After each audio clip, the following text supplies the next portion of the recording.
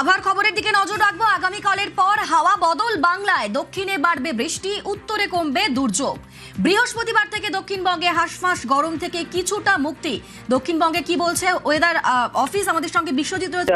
আগামী 24 ঘন্টাতে এখনো গরম এবং অস্বস্তি থাকবে। মূলত পশ্চিমের যে জেলাগুলি বাঁকুড়া, পুরুলিয়া, পশ্চিম বর্ধমান, পশ্চিম মেদিনীপুর এবং ঝাড়গ্রামে গরম এবং অস্বস্তি থাকবে। তবে বজ্রবিদ্যুৎ সহ বৃষ্টি আজই নদিয়া, মুর্শিদাবাদ এবং এই অঞ্চলে অর্থাৎ বীরভূম, নদিয়া, মুর্শিদাবাদ, পূর্ব বর্ধমান এই অঞ্চলে শুরু হবে। আগামীকাল থেকে এই বজ্রবিদ্যুৎ সহ বৃষ্টি, কালবৈশাখী, ঝড়ের সম্ভাবনা বাড়বে এবং শনিবার পর্যন্ত এই পরিস্থিতি থাকবে। 2 থেকে 4 ডিগ্রি সেলসিয়াস তাপমাত্রা কমবে। এদিকে উত্তরের 5 জেলায় বিক্ষিপ্ত বৃষ্টি আগামীকালের দুদিনই ভারী বৃষ্টি বিক্ষিপ্তভাবে হবে। আজ যেমন 3 জেলাতে ভারী বৃষ্টির সম্ভাবনা, আগামীকাল সেটা কমে 2 জেলাতে ভারী বৃষ্টির সম্ভাবনা থাকবে।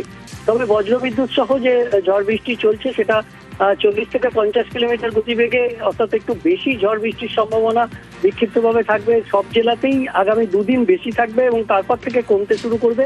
বৃহস্পতিবারের পর থেকে ঝড় বৃষ্টির সম্ভাবনা উত্তরবঙ্গে অনেকটাই কমে যাবে। তবে সতর্কতা রয়েছে একটা মৎস্যজীবীদের জন্য। 28 এবং 29 উপকূলের, পশ্চিমবঙ্গের উপকূলের মৎস্যজীবীদের সমুদ্রে যেতে নিষেধ করেছে আবহাওয়া দপ্তর। সমুদ্র উত্তাল থাকবে। ধন্যবাদ বিশ্বজিৎ।